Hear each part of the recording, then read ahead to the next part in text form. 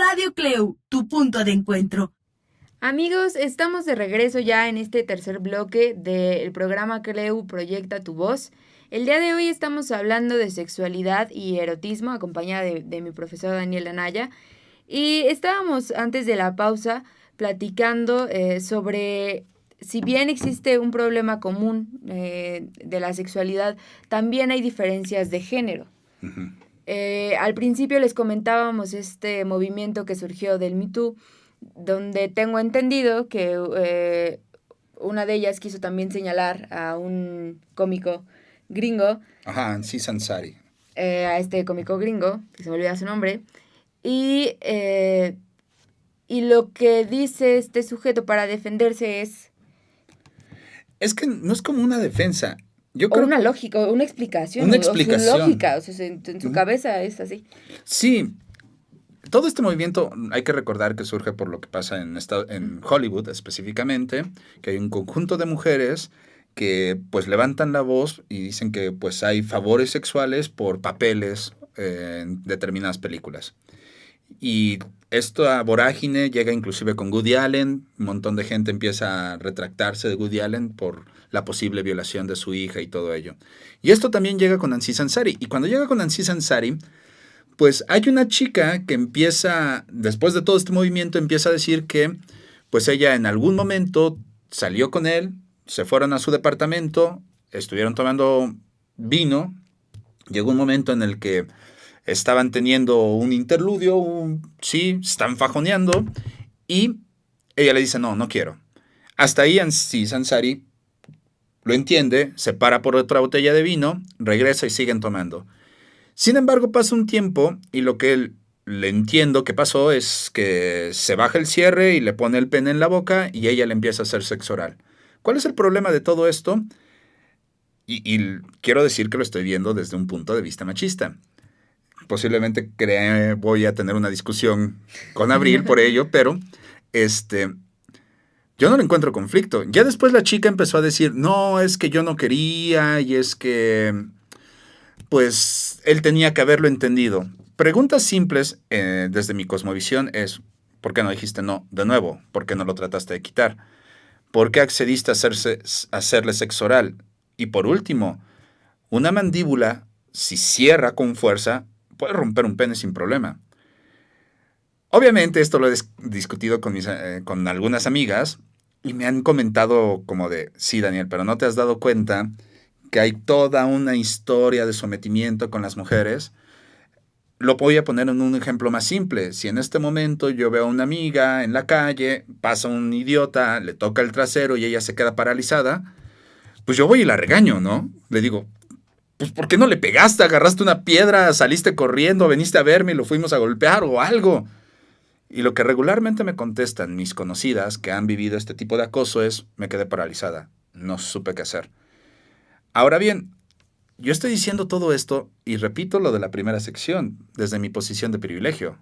O sea, si a mí me tocaran, pues mi reacción sería pelearme, no sé, enojarme, gritar, salir corriendo del cuate y agarrarnos a fregadazos. Claro, y eso es porque a ustedes se les enseña una forma de reaccionar ante el conflicto y a nosotras se nos enseña otra forma demasiado distinta, ¿no? Para nosotras la primer forma que se nos enseña para resolver un conflicto es quedarte callada. Y entonces eso genera un impacto en todos los aspectos, ¿no? Precisamente en esta situación, cuando te quedas muchas veces cedes ante la presión, que ni siquiera es una presión... ¿Real? Exacto, o sea, que ni siquiera te están diciendo o me tienes que hacer sexo oral o de aquí no sales. O sea, es una presión simbólica. Ajá. Que ya está ahí y que se da... ¿recuerdas que nos dejaste ver la serie de 13 razones por qué? Ajá. Y que hay una escena muy particular donde abusan de ella. Y el mismo chico dice el discurso, pues es que ella nunca me dijo que no. Y es que hay que tener cuidado con estas cosas, porque si no luego empiezan a permitir discursos como el que estoy tratando de esgrimir. Es a lo que quiero llegar, que hay que darnos cuenta que hay que tener cuidado, porque si yo hago un razonamiento, por ejemplo en el de 13 razones, de decir, pues ella no dijo que no. O sea, ella inclusive se volteó, se agachó, ella quería. Y este razonamiento es súper machista, yo lo estoy viendo de esa manera por mi posición de privilegio al ser hombre. hay que evitar este tipo de cosas. Claro, sí, o sea, y esa es la importancia de entender que en cada género funciona distinto, que no es lo mismo, o sea, la chica de 13 razones por qué, y muchas de las mujeres que han pasado violencias han sido así, o sea, en cuántas ocasiones también hay un video que ahí anduvo rondando mucho tiempo por Facebook, que a mí me parecía muy interesante, que era la violación de un novio a su novia, y no se ve como una violación, no como una violación como la tenemos imaginada, no con gritos, no con golpes, no con resistencia, sino ellos están en la cama, están viendo una película, y él empieza a besarla, y ella le dice así como, no, ahorita no, ¿no? Y pasa así como 5 minutos, y otra vez el chico empieza, ¿no? A insistir, y ella le dice, no, ahorita, es que no tengo ganas, ¿no? Y vuelven a pasar otros 5 minutos, y entonces el tipo empieza a insistir, y ella dice, bueno, ya. Y se deja.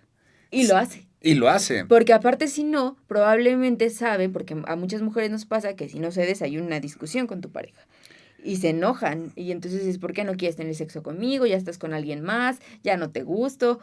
Y entonces empieza todo un reproche que a las mujeres preferimos evitarlo. Y entonces nosotras mismas cosificar nuestro cuerpo, dejarlo ahí como como un costal, ¿no? Como Sí, un ente como ahí. un date.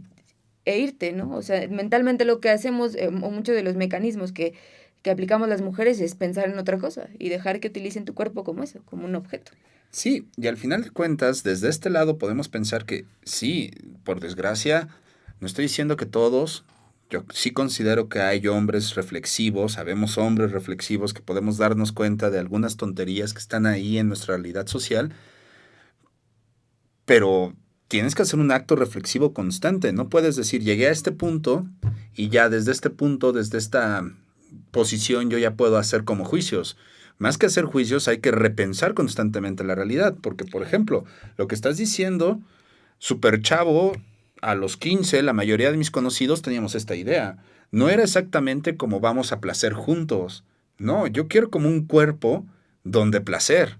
Un cuerpo donde yo pueda literal, penetrarlo y tener sexo, pero pareciera algo impersonal. Y esto a mí me está preocupando. Sí, es completamente así. Porque no es como un entrelazarse en placer. Más bien pareciera que yo uso tu cuerpo y ya lo terminé de usar, pues seguimos viendo la peli, ¿no? Y esto está súper enfermo, creo. Uh-huh. Por eso, supongo también que el problema radica en esta onda del erotismo, más que de la sexualidad. O sea, podernos dar cuenta que la sexualidad implica forzosamente erotismo y que en cualquier momento tendría que ser placentero. Claro. Supongo, no lo sé de cierto, supongo que tendría que ser así. Y también supongo algo. Estamos en el momento histórico, en el momento, no sé, nuestra responsabilidad social de abrir estos temas. Yo estoy convencido que nadie en este instante tiene respuestas. Tenemos mares de preguntas. Claro, sí. Y tenemos mares de preguntas, y cuando digo tenemos, es porque no es el feminismo o el machismo no es exclusivo de mujeres o de hombres. Este es un problema social fuerte. Es un problema... Sí, perdón que te interrumpa, pero a mí me encantaría aclarar precisamente eso, ¿no? Hacer hincapié mucho en el que el feminismo no es una guerra de mujeres contra hombres. ¡Claro! Sino es una cuestión de un sistema al que se está señalando. No es que esté señalando a los hombres y las mujeres. Ya, perdón, que tenía que ser. No, es que es cierto. Pensar que el feminismo, o sea... Entonces, si las mujeres feministas son mujeres feministas y son feministas por ser mujeres, yo no puedo ser feminista. No, es mi deber y mi responsabilidad ser feminista porque hay desigualdad social. Y este problema de sexualidad tiene que ver con desigualdad social. Tiene que ver con que no hay los mismos derechos. Me queda claro. Y me queda claro que nos cuesta un montón porque todas estas enfermedades mentales normales se han estado reproduciendo en nuestra realidad social. Y es más fácil no pensar y descalificar cualquier cosa que nos plantee preguntas incómodas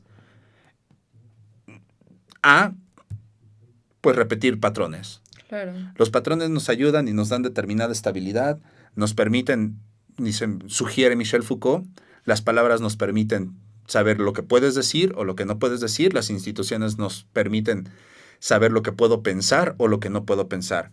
Pero cuando surgen movimientos como el feminismo, surgen movimientos, no sé, pienso también en el EZLN, surgen movimientos como el movimiento en los 70s de homosexuales o las Panteras Negras, o el movimiento de mayo del 68 francés, o el movimiento de aquí, 2 de octubre de mayo, que hacen preguntas incómodas. Yo cada Claro. vez que hablo de esto en foros abiertos con gente muy normal, se molestan.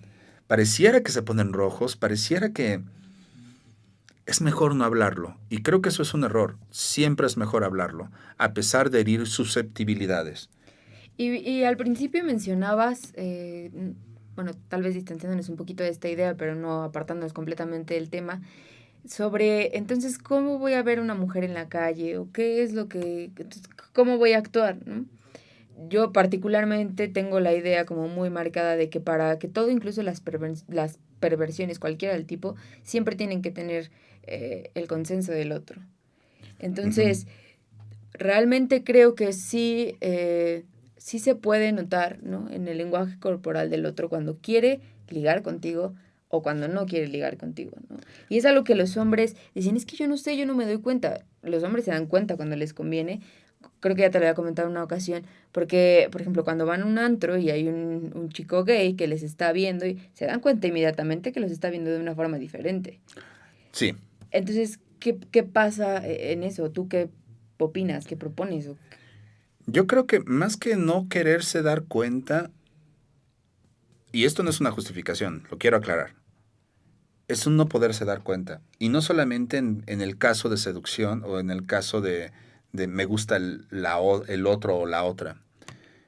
Yo creo que tenemos un problema bien fuerte de reconocimiento del otro. Y este es el problema de fondo. Ujú. No tengo la capacidad de reconocer al otro. Sugiere Zizek en La Era del Vacío que yo estoy construyendo todo un proceso de individualismo fuerte, gandalla, violento. Y entonces, en la negación del otro, yo solamente existo, yo. Y lo importante soy yo. Por ende, pues prefiero no ver si tienes consenso o no tienes consenso, porque no te quiero reconocer, te quiero usar. Y este creo que es el problema, de fondo. Sí, creo que eso es algo que merecemos dedicarle todo un bloque completo porque es algo muy extenso y sobre todo porque abarca muchas cuestiones, ¿no? Sí. Que no son vistas, que vienen de una estructura o de varias estructuras que reproducen estos discursos y que lo meten en nuestra cabecita. Ujú. Y entonces creo que eso estaría muy interesante hablar en el siguiente bloque. Pero no sin antes recordarles nuestras redes sociales. En Facebook nos encuentran como Radio Cleu, en Instagram como Cleu Universidad y aquí en el canal de YouTube como Radio Cleu. Regresamos. Radio Cleu, tu punto de encuentro.